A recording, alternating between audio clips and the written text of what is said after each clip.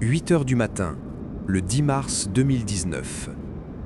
Aéroport international de Bolé, Addis Abeba, Éthiopie. Sur une des aires de stationnement du terminal passager, le vol Ethiopian Airlines 302 termine sa préparation au départ. C'est un vol international régulier d'Addis Abeba à Nairobi, la capitale du Kenya, à l'aéroport Jomo Kenyatta. Il dure un peu plus d'une heure. L'avion qui se prépare au départ est un Boeing 737-8 MAX. Il a été fabriqué en 2018 et livré à Ethiopian Airlines le 15 novembre 2018. Au moment des faits, son temps de vol total était de 1330 heures pour 382 cycles décollage-atterrissage. La configuration de la cabine est multiclasse de 160 sièges passagers. D'un point de vue formel, c'est un avion presque neuf, moins de 4 mois d'exploitation, un seul propriétaire, la société de leasing Ethiopian Leasing, l'opérateur Ethiopian Airlines Group. Au cours des dernières semaines, l'appareil a subi une maintenance planifiée. Début février 2019, une visite réglementaire de type A-check a été effectuée sur cet appareil. C'est une inspection visuelle générale et un ensemble standard d'opération. Dans le journal technique, des observations ponctuelles ont été notées sur les vols précédents. Des fluctuations temporaires des indications de vitesse et d'altitude, des plaintes épisodiques concernant le fonctionnement de l'autopilote. Dans tous les cas, des actions de maintenance ont été menées et ces dysfonctionnements ne se sont pas reproduits. Dans la section du rapport préliminaire consacré à l'état technique, aucune panne non résolue ni travail inhabituel n'a été signalé immédiatement avant le départ du vol 302. Une particularité de cette modification du Boeing 737 MAX est le système MCAS. Il utilise les données d'un seul capteur d'angle d'attaque et, via le stabilisateur, effectue de petites corrections de tangage s'il estime que l'avion s'approche d'un angle d'attaque trop élevé.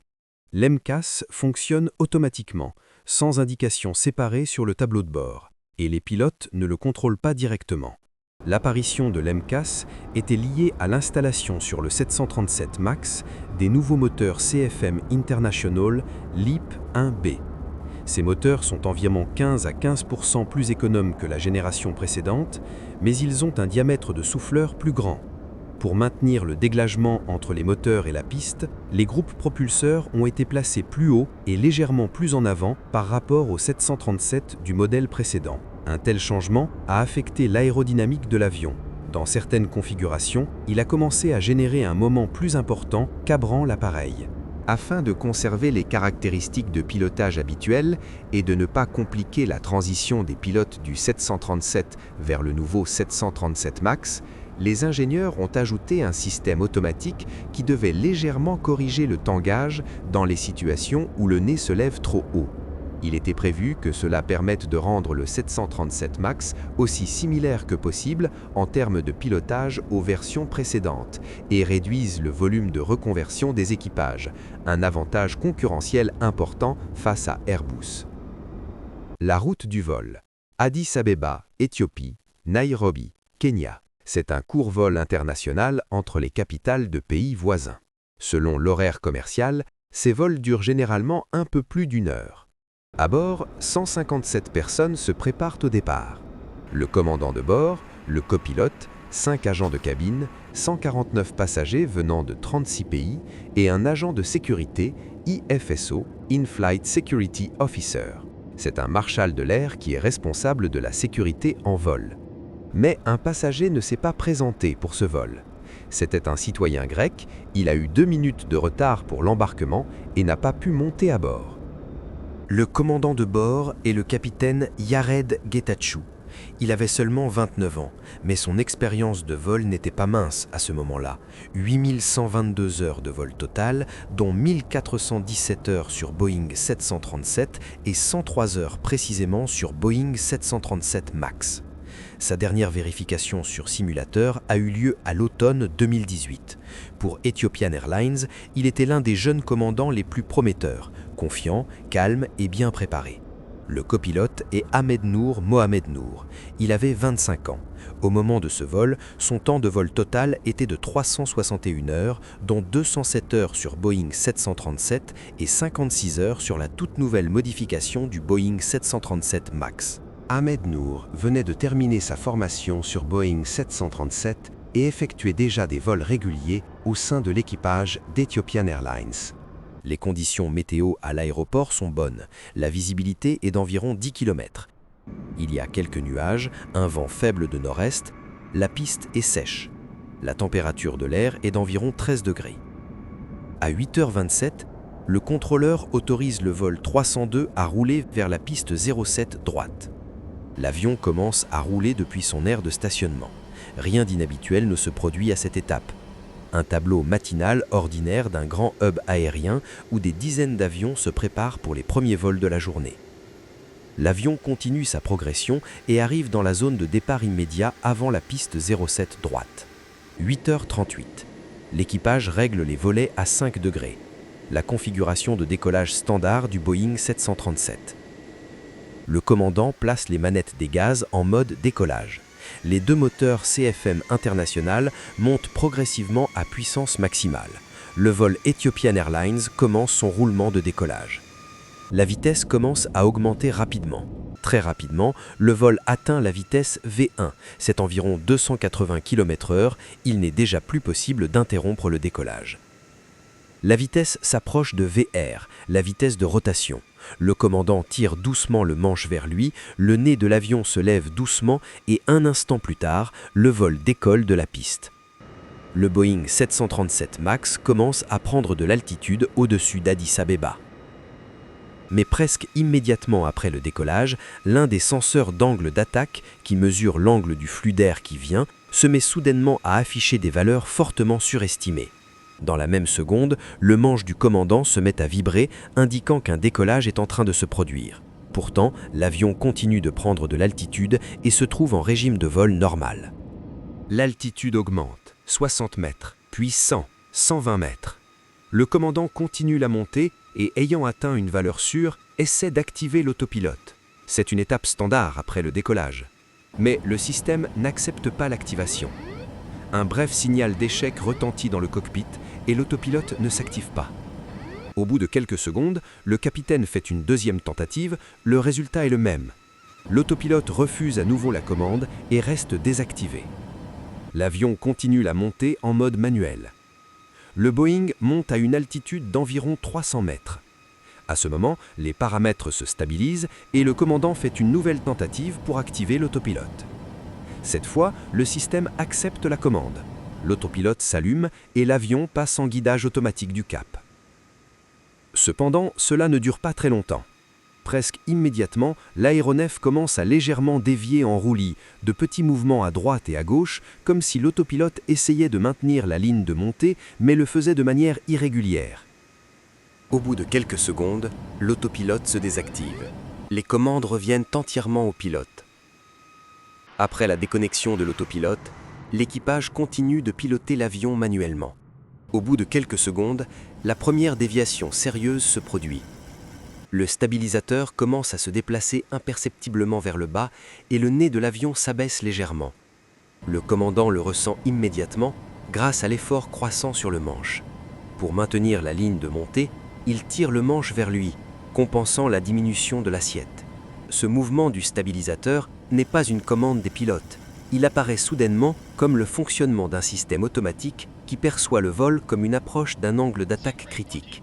Pendant quelques secondes, l'équipage maintient l'avion manuellement, contrant l'abaissement du nez. Le senseur qui a donné des paramètres incorrects continue d'influencer l'automatisme et les pilotes doivent fournir de plus en plus d'efforts sur le manche. Le vol continue encore de monter, mais lutter pour maintenir l'assiette nécessaire devient de plus en plus difficile. Malgré la première tentative automatique d'abaisser le nez, l'équipage maintient l'avion dans la bonne position, la compensant par un effort manuel et une déviation des gouvernes de profondeur. L'avion continue pour l'instant de voler droit. Mais seulement quelques secondes passent et le stabilisateur recommence à descendre, cette fois nettement plus vite et plus fort. Le nez de l'avion s'abaisse et la charge sur le manche augmente brusquement. Le commandant doit tirer le manche vers lui presque à la limite pour maintenir le vol en montée. À ce moment, la vitesse commence à augmenter rapidement. L'avion accélère nettement plus vite que d'habitude pour ce segment du vol. Plus la vitesse est élevée, plus la force aérodynamique est grande, et plus il est difficile pour les pilotes de maintenir le stabilisateur dans la bonne position manuellement. Le 737 MAX monte encore, mais l'angle de montée devient de moins en moins stable. Le MCAS continue d'essayer d'abaisser le nez et l'équipage de le maintenir, en fournissant un effort sans cesse plus grand.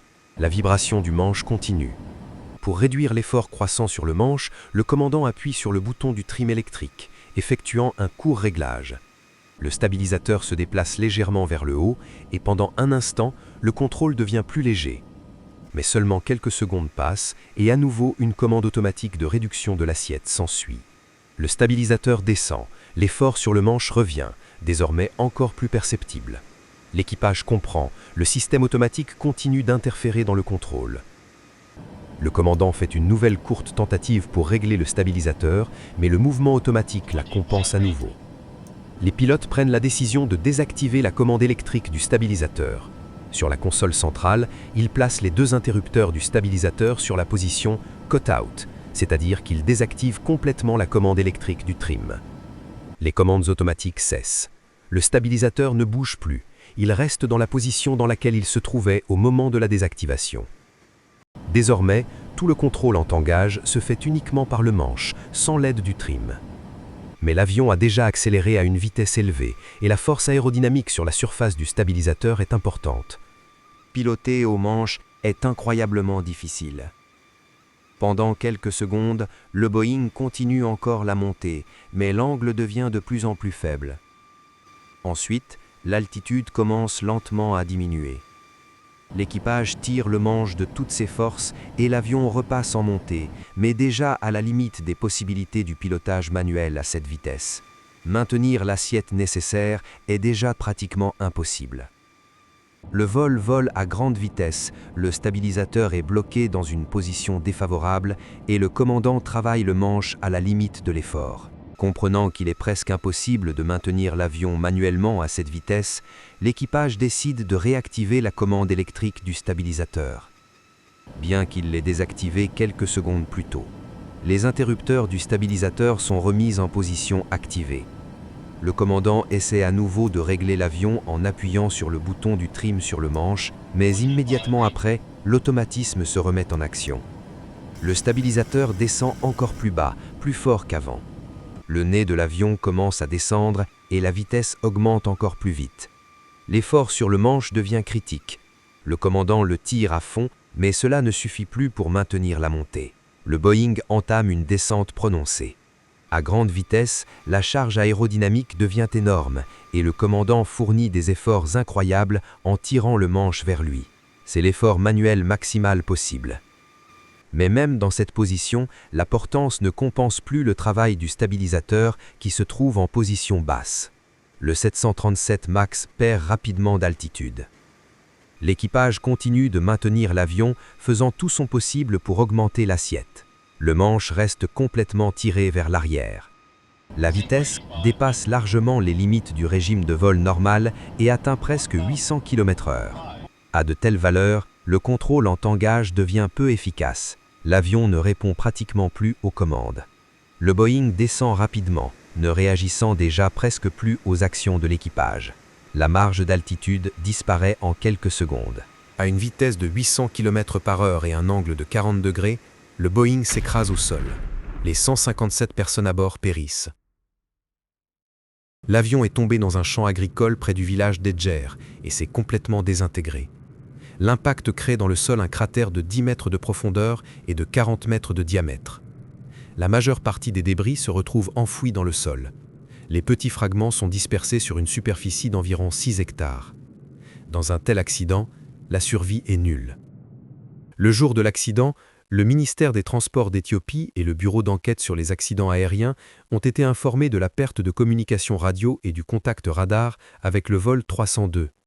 Après confirmation du fait de la catastrophe, les autorités éthiopiennes ont ouvert une enquête conformément à l'annexe 13 de l'OACI. Un comité d'enquête est créé. Participent à l'enquête Ethiopian Airlines, conseiller technique, NTSB, car l'avion a été conçu et fabriqué aux États-Unis, BEA, en tant qu'organisation ayant assuré le travail de décodage des enregistreurs, EASA, conseiller technique. Le 11 mars 2019, du cratère sur le lieu de l'impact, on extrait l'enregistreur numérique de bord paramétrique FDR et l'enregistreur vocal CVR. Les boîtiers des enregistreurs avec leurs modules sont envoyés au laboratoire du BEA au Bourget, France. Là, sous le contrôle de la commission éthiopienne, avec la participation de représentants du NTSB, la lecture des données est effectuée. Les conclusions officielles de la commission contenaient 88 points, mais nous citerons les plus importants d'entre eux. La cause première est le capteur d'angle d'attaque gauche défectueux.